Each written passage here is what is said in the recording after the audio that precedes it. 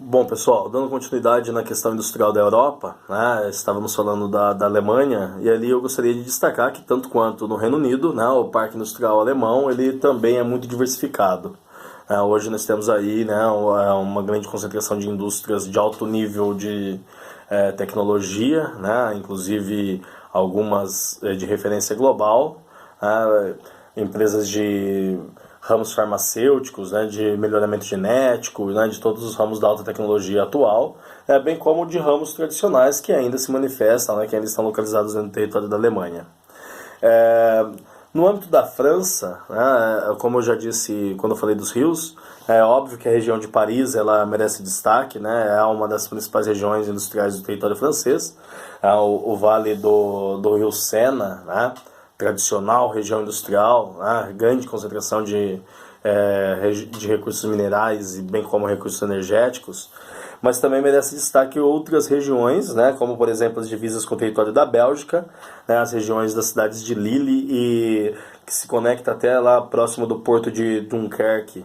Ali também nós temos uma grande concentração industrial, e aí eu chamo atenção para alguns ramos como a indústria aeroespacial, né, a própria indústria naval nessas regiões costeiras, né.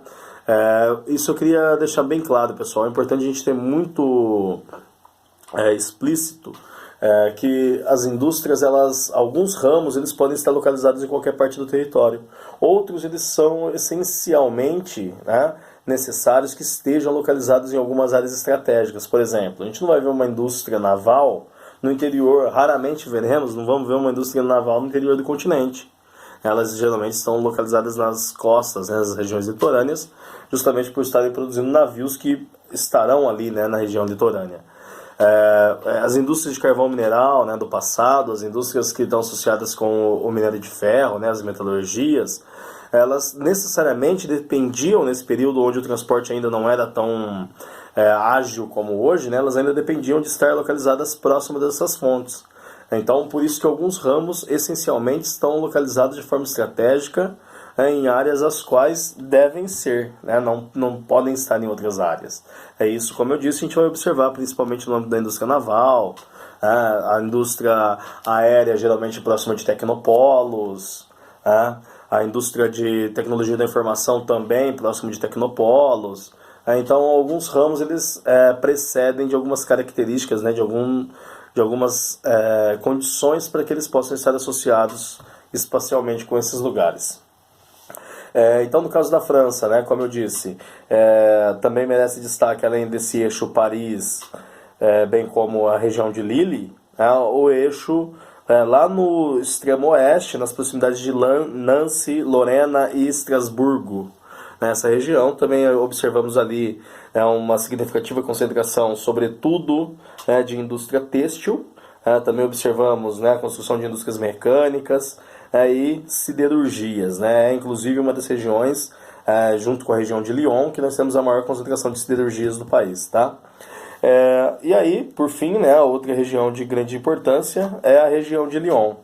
A região de Lyon, que se estende até o eixo de Grenoble, ela também concentra aí uma indústria bem diversificada, né, com ramos similares aos que já citamos ali, né, como a própria indústria de construções mecânicas, a indústria química, a indústria têxtil, a siderurgia, a indústria automobilística. A indústria automobilística na França, inclusive, se encontra de maneira bem expressivamente distribuída pelo território. Então, são algumas características espaciais que valem a pena ser notadas. Então, só para deixar claro, os principais eixos industriais franceses são eles o da Bacia Parisiense, o da região de Alsácia e Lorena, o de Lyon, a região norte, né, que envolve as cidades como a de Lille e Dunkerque, que nós já falamos, e o eixo meridional do sul, né, que envolve cidades como Marsella e Nice, tá? E esse, por sua vez, conectado até o porto de Marsella no mar Mediterrâneo. Por fim, né, o território da Itália, né, que também já comentamos algumas coisas, ele tem aí a sua região industrial localizada sobretudo da porção norte, como eu já falei, no Vale do Rio Pó. A região sul, inclusive, ela é conhecida como região do Mezzogiorno, a região do meio-dia. Eles tratam essa região como uma região mais agrícola, né, mais atrasada, né, menos desenvolvida no âmbito industrial. Então tem aí uma rivalidade com a população do sul e do norte da Itália, né? A população do norte se considera mais desenvolvidos, né? E é ali nessa região que nós temos cidades importantes, né? Como algumas que foram berço das feiras do mercantilismo, permitindo aí grande concentração de capital, bem como esse reinvestimento fez com que o setor industrial florescesse, né, nessa região do norte da Itália, né? Então essa também é uma área que merece bastante destaque no país. Entre os ramos que a gente vê predominantemente no território italiano, né, eu destacaria o gás natural, o petróleo, o carvão, né, como fontes energéticas. Também destacaria as usinas hidrelétricas, além de geotermal, e na Itália merece algum destaque junto com a França, né, a própria questão da indústria nuclear. Esses são países, né, óbvio, não apenas eles, mas vários países da Europa, mas esses que eu cito agora, como a Itália e a França, fazem uso de uma significativa quantidade de energia atômica. É óbvio que ela tem um custo muito baixo, né, ela é muito segura, mas é um risco eminente aí, né, um risco o qual todo e qualquer país que tem suas usinas nucleares correm. Vocês devem se lembrar do caso de Fukushima no Japão, por exemplo, né, o que um acidente nuclear dessa dimensão pode ocasionar. Veja só, pessoal, além desses 4 países que citamos aí, né, como a Inglaterra, a França, a Alemanha e a Itália, eu ainda destacaria a Rússia, né? A Rússia, ela é um país que, embora ela não esteja totalmente na Europa, né, ela tem a maior parte do seu território na Ásia, mas a parte mais importante da Rússia, né, ela está na Europa.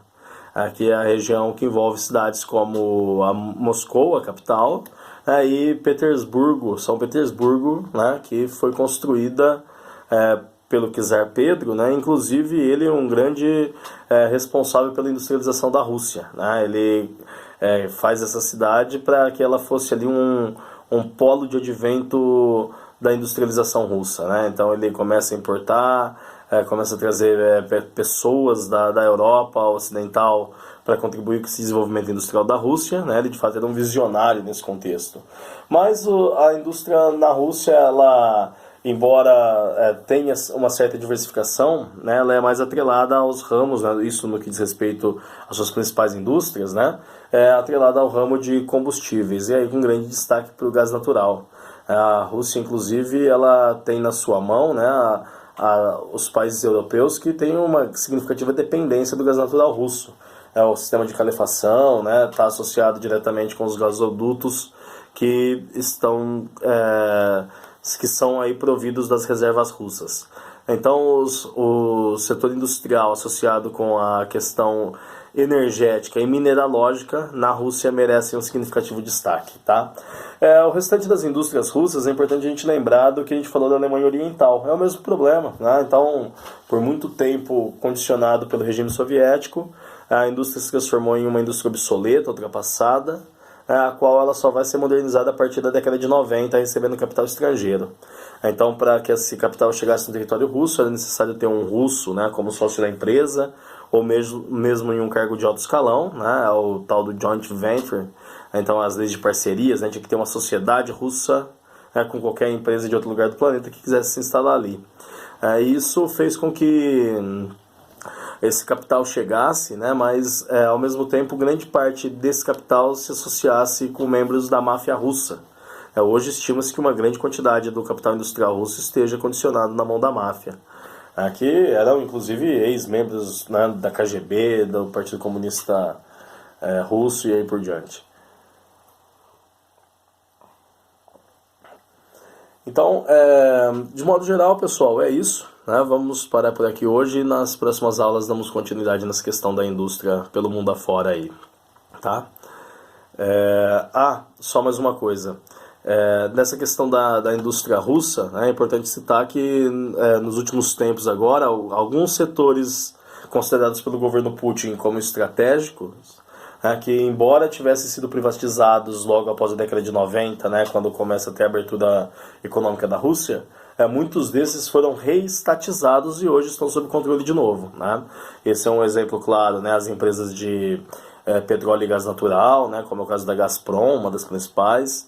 Um outro exemplo é a própria televisão, né, os canais as emissoras de televisão também hoje passam por essa reestatização e controle do Estado, né? Então, só para a gente lembrar alguns aspectos aí. Um grande abraço a todos e por hoje é isso. Até mais.